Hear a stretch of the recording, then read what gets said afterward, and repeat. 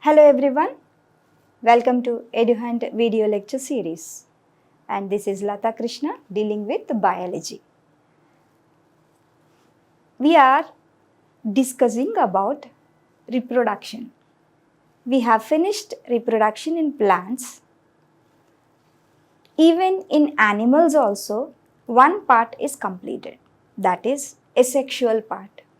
And even sexual part, before going into the details of sexual reproduction exclusively that occur in higher organisms, we must answer the questions based on the concept, that is asexual reproduction and basics of sexual reproduction that have we already discussed previously.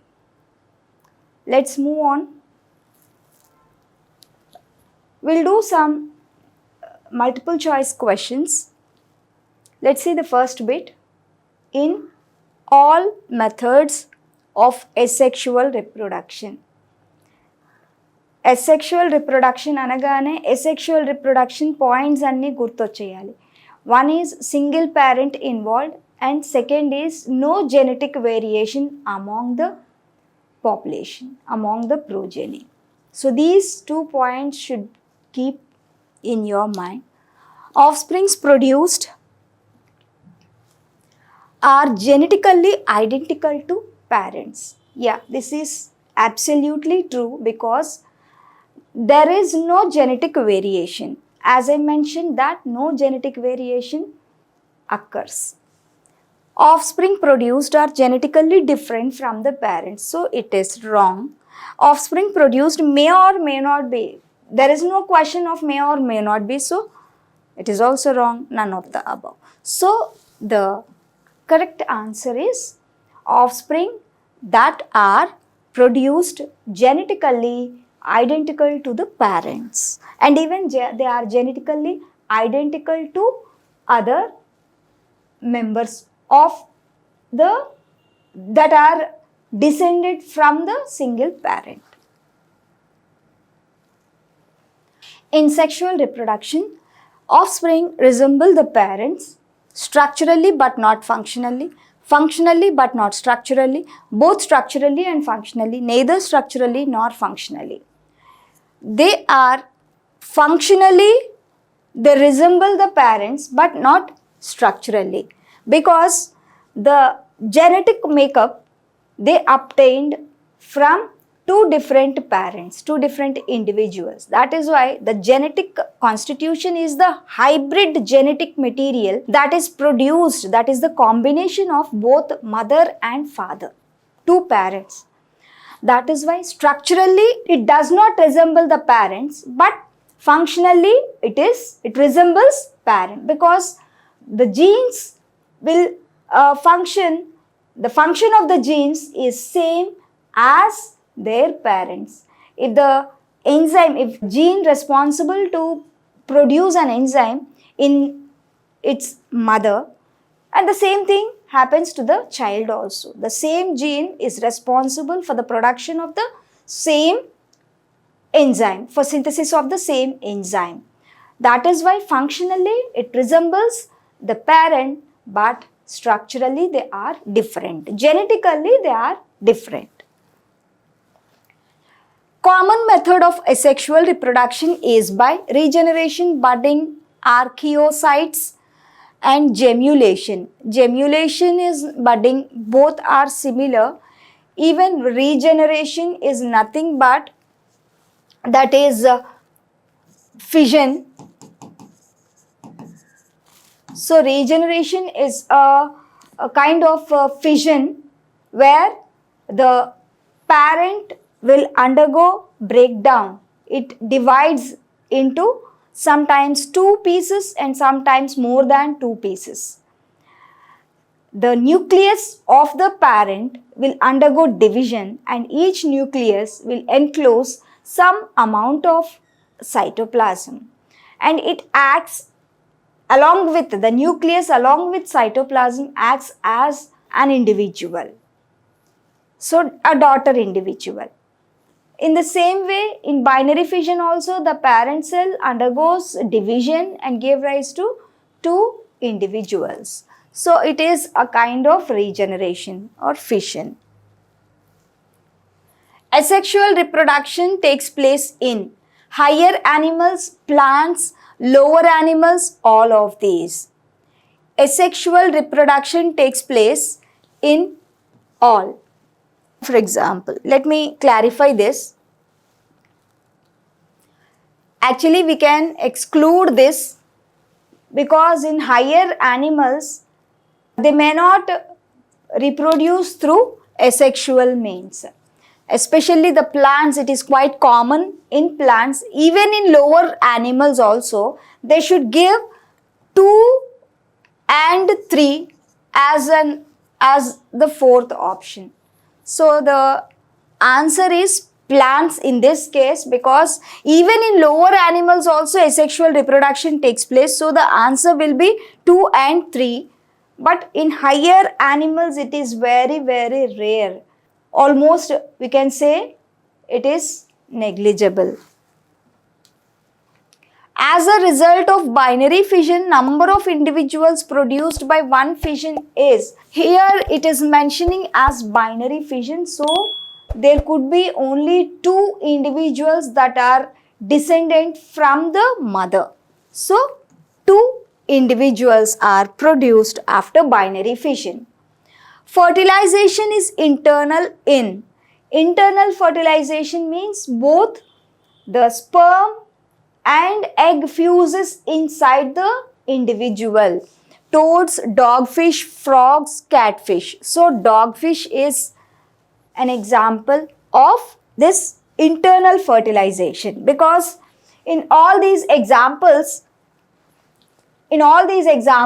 external fertilization, that is in the water, it takes place. Which type of reproduction is found in Hydra? In Hydra, both sexual and asexual reproduction it undergoes. So the answer is sexual and asexual reproduction. Gemule formation in sponges is helpful in. It helpful in asexual reproduction. It is an asexual reproduction. It is internal budding. What is the mode of reproduction in amoeba? It is binary fission, binary and multiple fission, binary fission and conjugation, multiple fission only. So the answer is binary fission. Most common reproduction, asexual reproduction in amoeba is binary fission. Along with that, during unfavorable conditions, it also reproduces through multiple fission. So the answer is binary and multiple fission. Binary fission is found in amoeba, planaria, paramecium, all of these.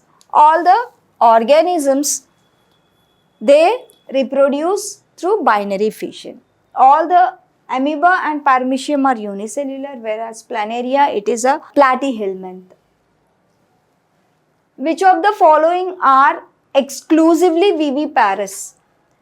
Viviparous is nothing but, just remember once, when I explained the process of fertilization, I have mentioned different types of fertilization along with the development of the zygote.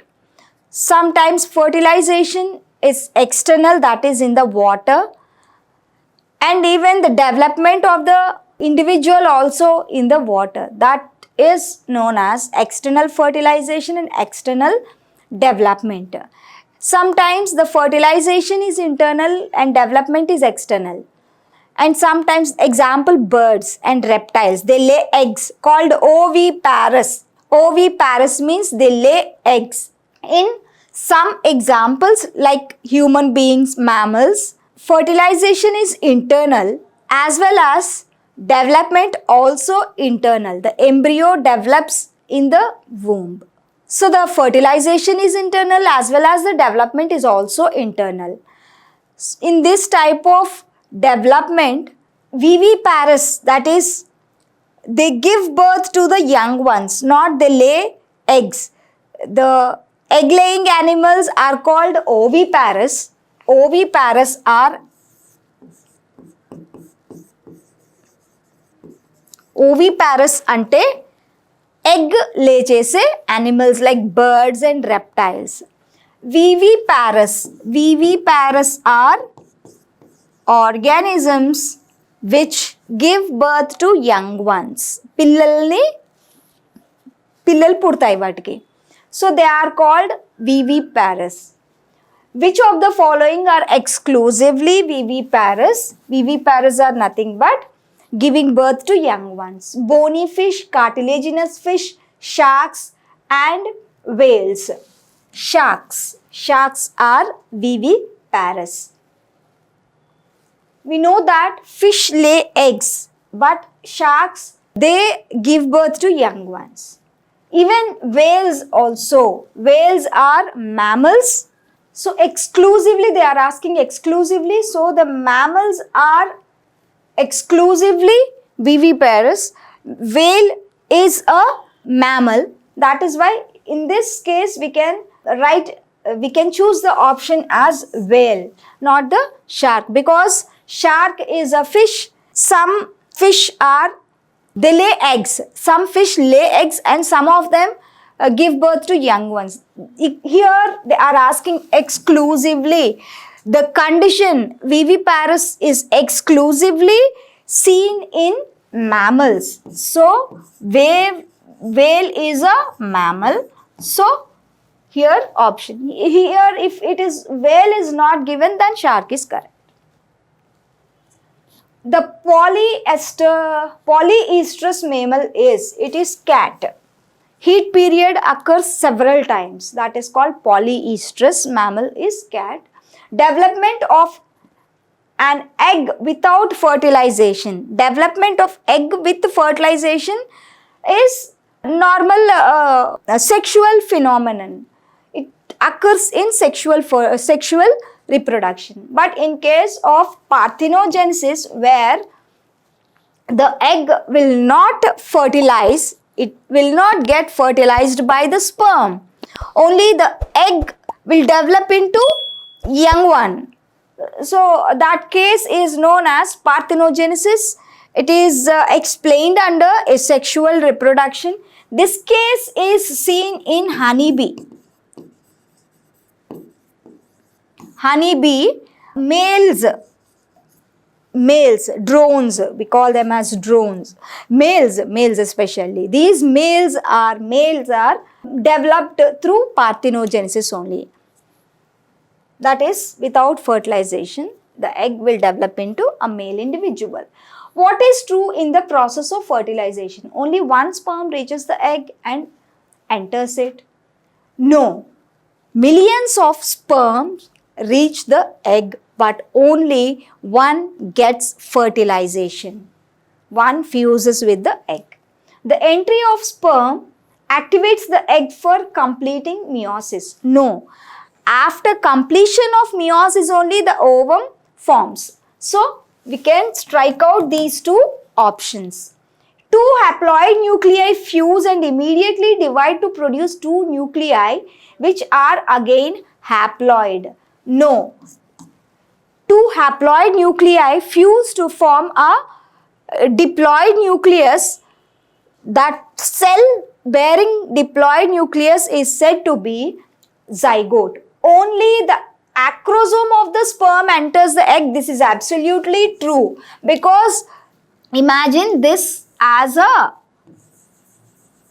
it is an ovum and it got fertilized by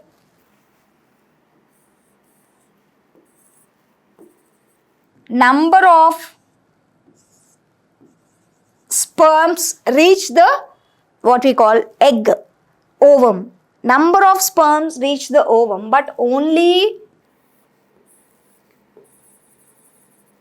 the functional one, the one which wins the race only, it releases the nucleus into the egg. Then it fuses with this and fertilization occurs. Okay, this is the actual process where the acrosome only enters, the remaining tail part will be lost. The function of egg cell is, or it supplies a haploid set of chromosomes to the future embryo. It provides most of the cytoplasm to the embryo. It supplies food reserves to the embryo and all the above. Yes, exactly. All the above is the correct answer because it supplies haploid set of chromosomes to the future embryo, because the other set will be carried by the male gamete.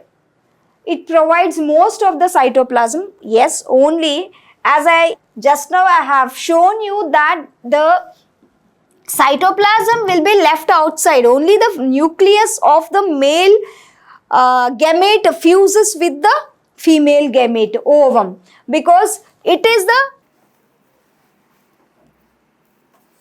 only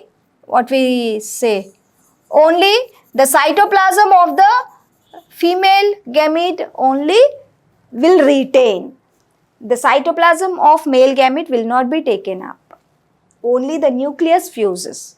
So it provides most of the cytoplasm to the embryo, exactly, and it supplies food reserves to the embryo, because only the egg is said to be based on the yolk. We can differentiate, we can categorize the eggs into telolacethal, megalacethal, mesolacethal, like that, microlacethal. Ante yolk ఎంత ఉందో దాన్ని బట్టి, yolk అంటే embryoలో ఉండే that egg, what we call the fluid part, which nourishes the growing embryo, which is contributed by the female gamete only, the egg only. So it supplies food reserves to the embryo, exactly. So all the above is the correct answer. Okay, dear students, we have answered so many questions based on sexual reproduction. It is very clear that sexual mode of reproduction requires fusion of two, that is male and female gametes.